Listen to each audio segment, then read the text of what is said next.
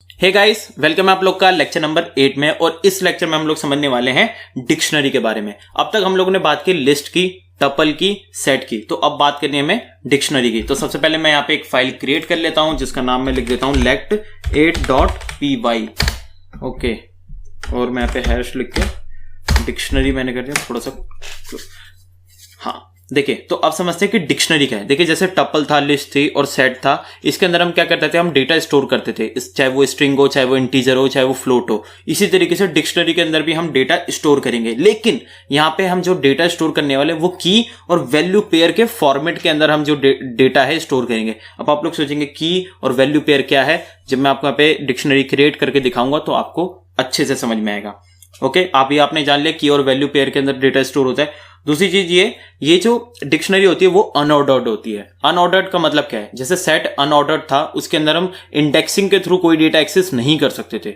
Okay, उसके अंदर हमें आइटम हमें लिख के या आइटम के थ्रू हम डेटा एक्सेस कर सकते थे। इसी तरीके से यहां भी हम इंडेक्सिंग के थ्रू कोई डेटा एक्सेस नहीं कर सकते, की के थ्रू हम डेटा एक्सेस कर सकते हैं। कैसे करेंगे वो आगे हम देखेंगे।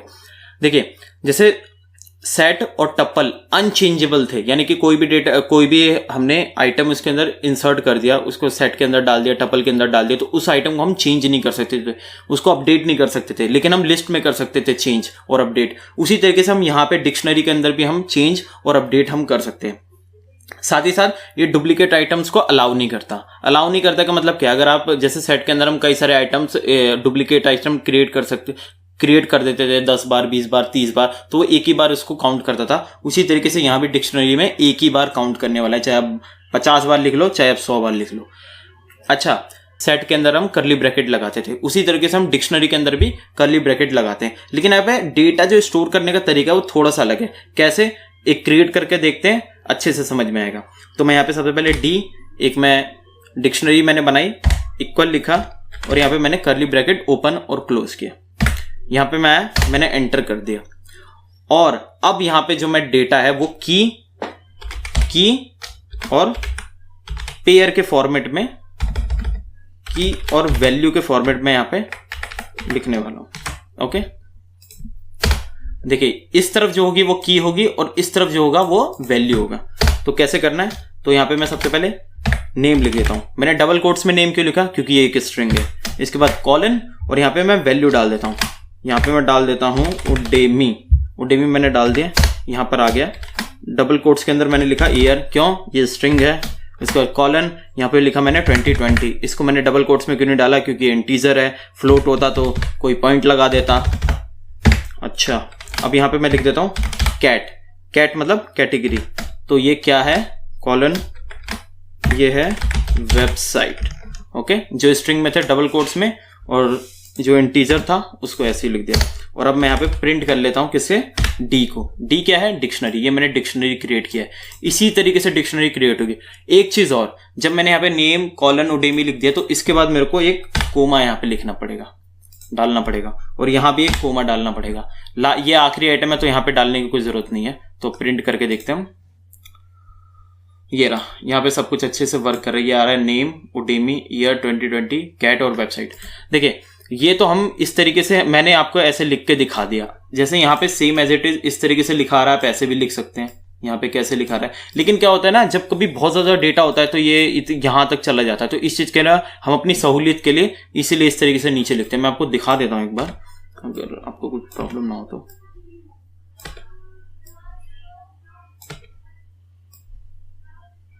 ये देखिए इस तरीके से लिख सकते हैं। अब आपको समझ में आया कि मैंने यहाँ पे कोमा क्यों लगाया, क्योंकि यहाँ पे इतनी चीज खत्म हो गई, फिर यहाँ से स्टार्ट हो रही है, फिर यहाँ से स्टार्ट हो रही है, इस तरीके से।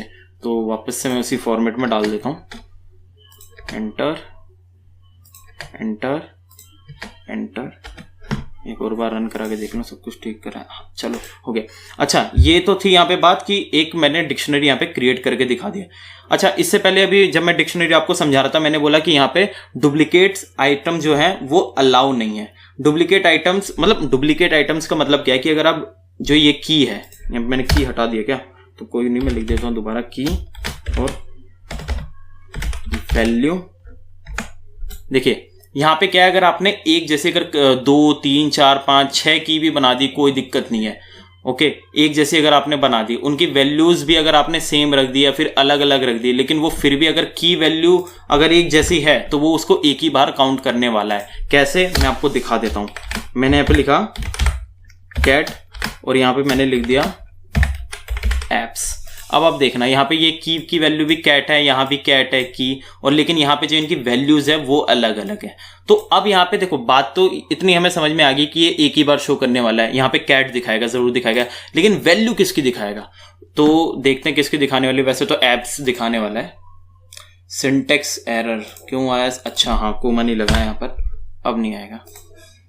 देखिए यहाँ पे दिखा रहा है कैट का एप्स।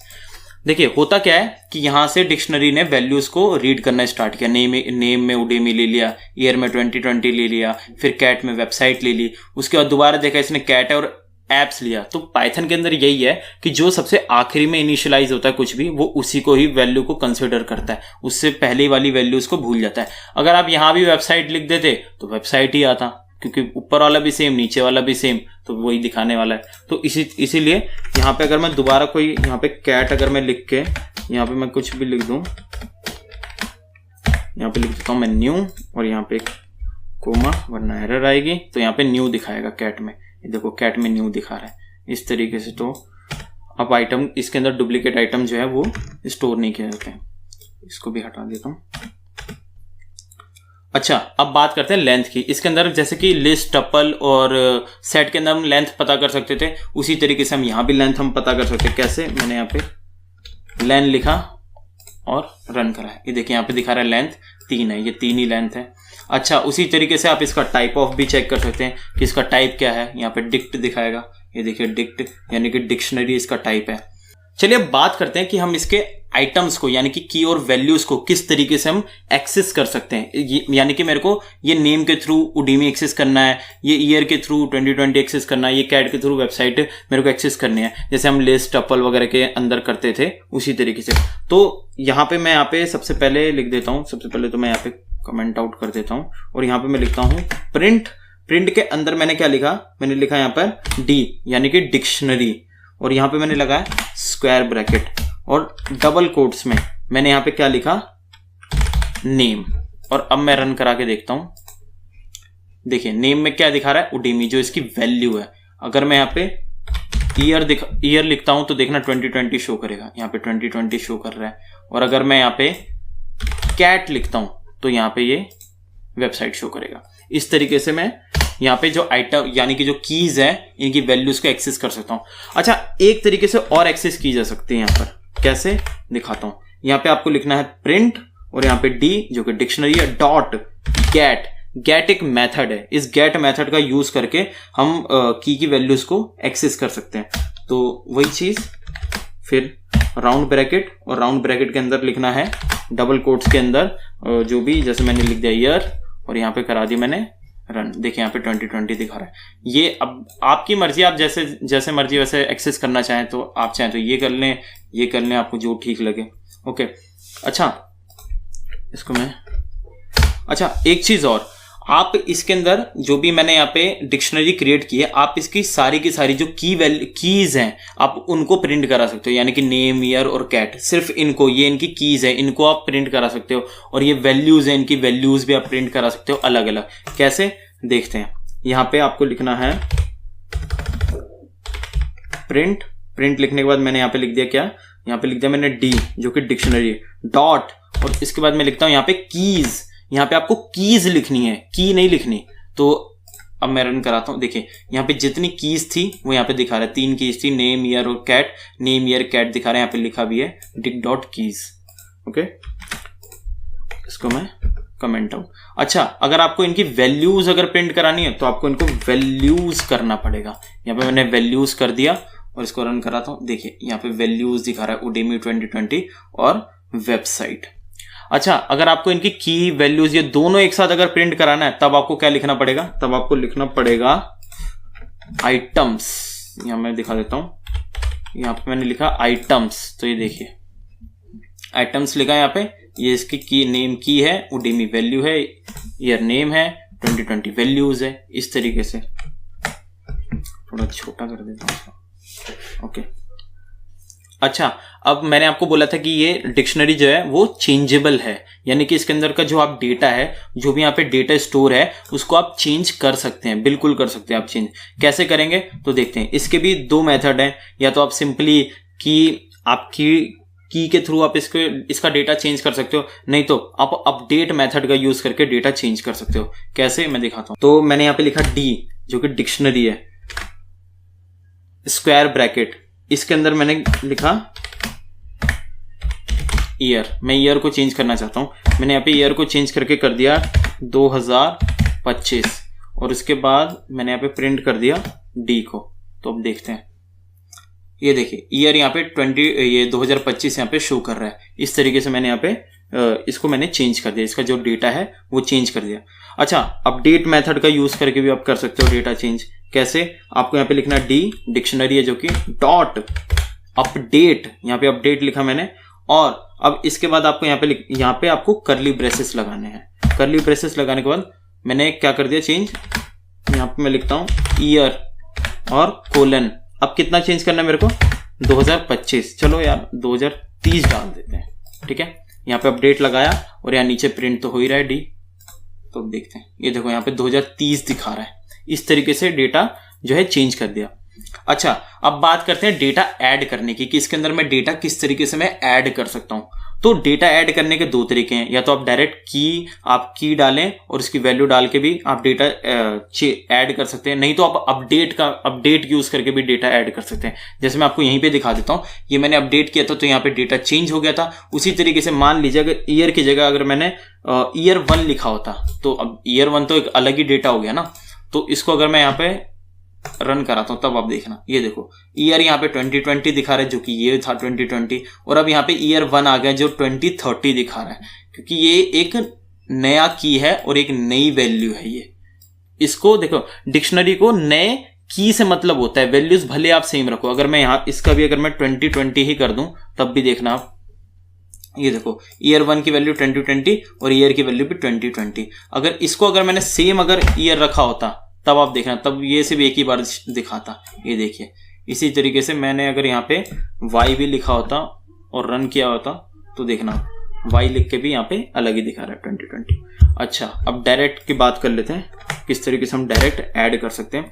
तो यहाँ पे मैं लिखता हूं डी, जो कि डिक्शनरी है, स्क्वायर ब्रैकेट के अंदर डबल कोट्स के अंदर मैंने लिखा y लिख देता हूं मैं, और यहाँ पे मैंने y लिखने के बाद इक्वल कर दिया। मैंने y के अंदर मैं क्या लिख देता हूँ, मैं लिख देता हूँ 2050 लिख देता हूँ, और यहाँ पे d जो है वो प्रिंट तो हो ही रहा है। अब रन कराते हैं, देखिए y इक्वल टू ये y कॉलन 2050 आ गया और ईयर 2020 आ गया, इस तरीके से।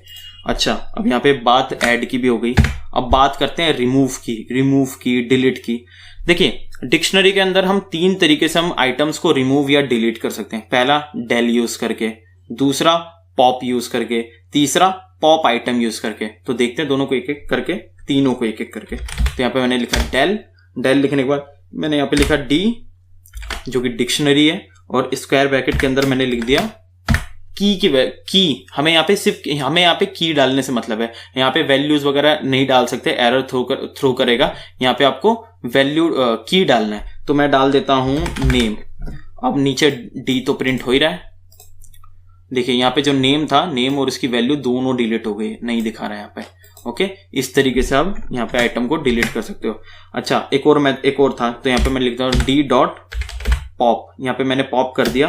पॉप करने के बाद यहाँ पे मैं डाल देता हूँ इस बार कैट को डिलीट करते हैं और रन कराता हूँ। देखिए यहाँ पे नेम तो दिखा रहा है, लेकिन ईयर भी दिखा रहा है और कैट नहीं दिखा रहा। इस तरीके से आप डिलीट कर सकते हो। एक लास्ट और है method, D dot pop item करके डिलीट कर, लेकिन इसके अंदर हम कुछ भी पास नहीं करने वाले।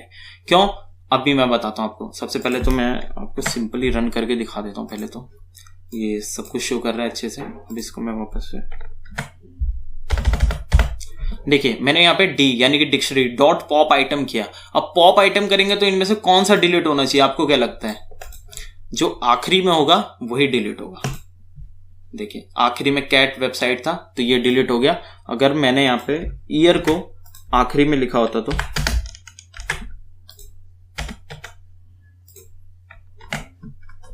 रन करा के दिखा देता हूं पहले, ठीक है। सब कुछ अच्छे से वर्क कर रहा है, आखिरी में दिखा रहा है ईयर, और अब मैंने यहां से इसको अनकमेंट किया और अब देखना आप ईयर गायब हो जाएगा। ये देखिए यहां से ईयर आखिरी में आ रहा था यहाँ पर, तो यहाँ पे अब ईयर नहीं शो कर रहा क्योंकि जो आखिरी में था आइटम वही यहाँ पे डिलीट करने वाला है। तो इसको भी मैं कमेंट आउट कर देता हूँ। अच्छा, अब हमारा जो लास्ट कंसेप्ट है वो है नेस्टेड डिक्शनरी का। अब आप पूछेंगे नेस्टेड डिक्शनरी क्या होती है। देखिए जिसके आगे नेस्टेड लग जाता है, नेस्टेड, अगर हम यहाँ पे बात करें नेस्टेड डिक्शनरी की, तो इसका मतलब है कि डिक्शनरी के अंदर डिक्शनरी, एक डिक्शनरी के अंदर दूसरी डिक्शनरी या तीसरी डिक्शनरी या चौथी डिक्शनरी, कितनी भी डिक्शनरी हम पास करते जाते हैं तो इसको हम नेस्टेड डिक्शनरी हम कहते हैं। तो किस तरीके से हम इसको देखेंगे कंसेप्ट, तो यहाँ पे मैं देखता हूँ। यहाँ पे नेस्टेड डिक्शनरी मैं आपको समझा रहा हूँ तो कैसे बनाएंगे।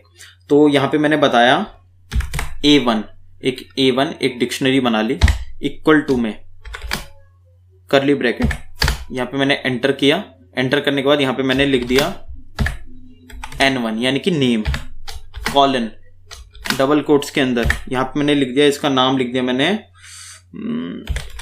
उडेमी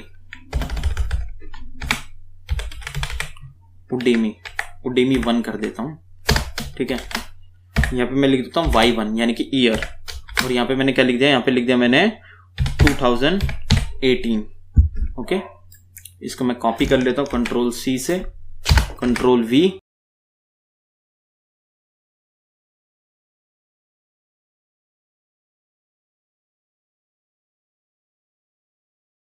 ये मैंने यहाँ पे 3 डिक्शनरी जो है वो मैंने क्रिएट कर ली। अच्छा, अब इसके बाद क्या करना है, 3 डिक्शनरी बनाई। अब इसके बाद से मैं यहाँ पे एक डिक्शनरी और बना लो जिसको मैं कहूंगा फाइनल डिक्शनरी, फाइनल डिक्ट। ये मैंने फाइनल डिक्ट करके एक मैंने डिक्शनरी बना ली, इक्वल टू करली ब्रैकेट, और यहां पे मैंने एंटर किया।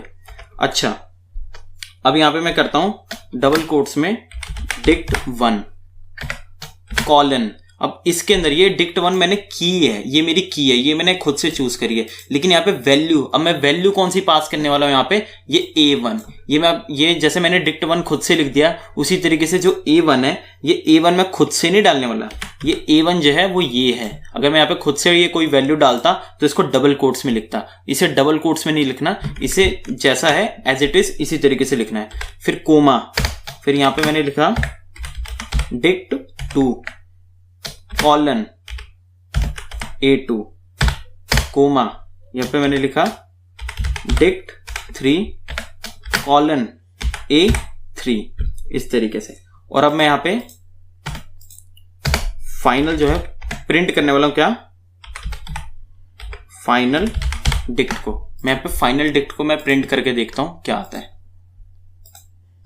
ये देखिए, ये सारे के सारे देखिए, ये डिक्ट 1 मैंने डिक्शनरी बनाई थी, यहाँ पर डिक्ट 1 एक की लिया था और यहाँ पे A1 पास किया था। A1 के अंदर ये जो है ये वैल्यूज यहाँ पे आती है, की और पेयर, तो यहाँ पे दिखा रहा है, ये देखिए ये रहा। फिर दूसरा डिक्ट 2 है, इसके अंदर ये शो कर रहा है, डिक्ट 3 के अंदर ये शो कर रहा है। अच्छा, अगर यहां से अगर मैं हटा देता हूं, ये मैंने हटा दिया, यहाँ पे मैंने 1 हटा दिया, ये ऐसे रहने देता हूं। अब मैं रन करा के दिखाता हूं। देखिए, कहने के लिए भले ही इंटीजर वैल्यूज हैं, लेकिन ये की है, ये की हम कुछ भी लिख सकते हैं। अगर मैं इसको पॉइंट में डालूं तो मैं पॉइंट पे भी डालूंगा, कोई गलत नहीं है, सब कुछ सही है। देखो यहाँ पे दिखा रहा है ना 1, फिर इसकी ये आगे A1 की सारी वैल्यूज, फिर 2, फिर A2 की सारी वैल्यूज, फिर डिक्ट 3 तो ऐसा ही था, तो डिक्ट 3 यहाँ पे आ रहा है, और इसकी जो वैल्यूज है वो सारी की सारी यहाँ पे शो कर रही है। तो डिक्शनरी के अंदर बस इतना ही। अब मिलते हैं नेक्स्ट लेक्चर में, तब तक के लिए थैंक यू।